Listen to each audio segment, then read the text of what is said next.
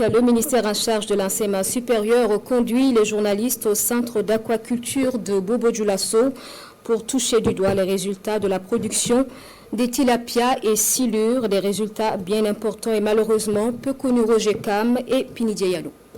Centre de recherche aquaculture et biodiversité aquatique de l'université Nazi Boni de Bobo-Dioulasso. C'est ici que les caravaniers touchent du doigt les résultats des recherches des enseignants de la région des Hauts-Bassins. Deux espèces de poissons sont en reproduction. Le tilapia de Nil, communément appelé carpe, et le poisson-chat africain appelé silure. Nous sommes à l'unité de production du tilapia. Des alevins, des souches locales sont en reproduction. Nous travaillons sur deux souches qui viennent du bassin versant de la Comoé, que sont la souche du Cou et de Tingrela.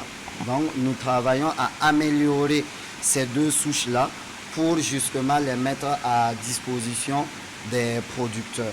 Aussi, nous travaillons sur la production d'aliments performants à base de produits et sous-produits agro-agricoles. Ici, le processus de production est expliqué aux hommes des médias. Un processus qui met l'accent sur le tilapia mâle. Et donc ces super mâles-là, lorsqu'ils sont croisés à des femelles qui sont XX, toute la descendance va être XY. Donc ça va être tous des mâles.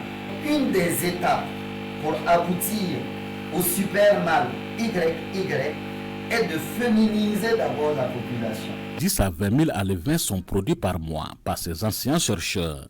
Les résultats des recherches sont palpables et l'innovation est en marche selon ces enseignants, mais des difficultés demeurent.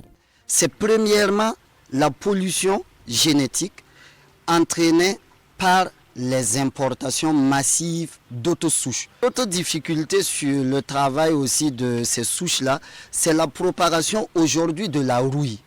La rouille qui est une maladie du tilapia qui avait été identifiée dans un premier temps du côté de Bazera et qui se retrouve aujourd'hui sur le Cou et qui contamine donc les poissons sur lesquels nous devons travailler. Le Centre de recherche aquaculture et biodiversité aquatique est créé en 2012.